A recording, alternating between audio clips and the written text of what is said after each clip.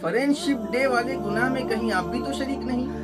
तो आइए समझते हैं कि फ्रेंडशिप डे ये है क्या। तो 1935 में यहूद व नसारा की तरफ से ईजाद किया हुआ एक गुनाह वाला अमल है। तो जो दोस्तों को राज़ी करने के लिए, खुश करने के लिए, नई दोस्ती करने के लिए या दोस्ती को मजबूत करने के लिए दोस्तों को गिफ्ट दिया जाता है या फ्रेंडशिप कार्ड दिया जाता है या कोई बेल्ट वगैरह बांधा जाता है, अगर वो उसे कबूल कर लें खुशी व खुशी तो समझा जाता है कि वो हमसे राज़ी है, खुश है। तो इस्लाम में इसकी कोई हैसियत नहीं है, बल्कि आप अलैहिस्सलातु वस्सलाम ने यहाँ तक कहा मन तशब्बह बिक़ौमिन फहुव मिन, जो किसी कौम की मुशाबहत इख्तियार करता है उसका हशर उसी के साथ होगा।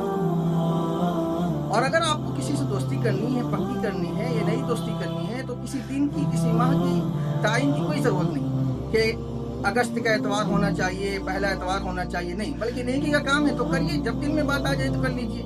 लेकिन इस बात का ख्याल हो कि मर्द की दोस्ती मर्द से हो, औरत की दोस्ती औरत से हो।